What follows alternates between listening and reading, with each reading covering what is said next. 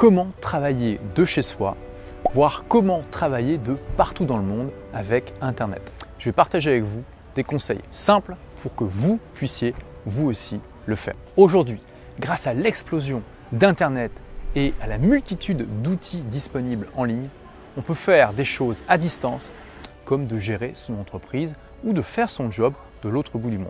Aujourd'hui, il y a énormément de personnes qui pourraient travailler à distance mais qui ne le font pas. Et cela pour deux raisons principales.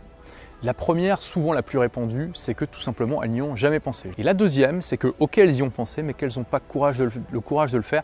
Donc que vous ayez une entreprise ou que vous ayez un job, vous posez la question, est-ce que je ne pourrais pas faire l'essentiel de ce que je fais à distance?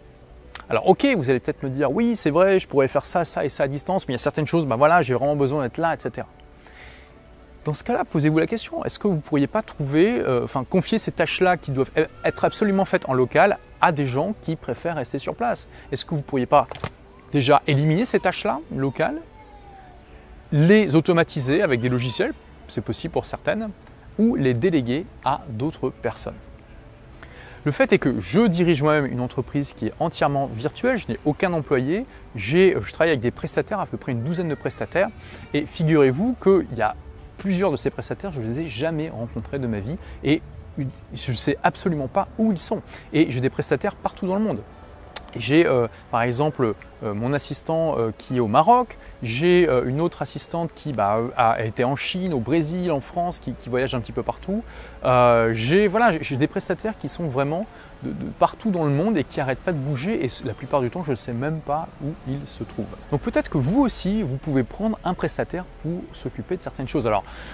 Alors si vous êtes employé, vous allez peut-être me dire, mais ok Olivier, mais comment tu veux? Moi je suis employé, je ne peux pas travailler à distance, même si j'en ai envie, même si je me rends compte que dans mon boulot je peux le faire, mon patron ne va jamais accepter.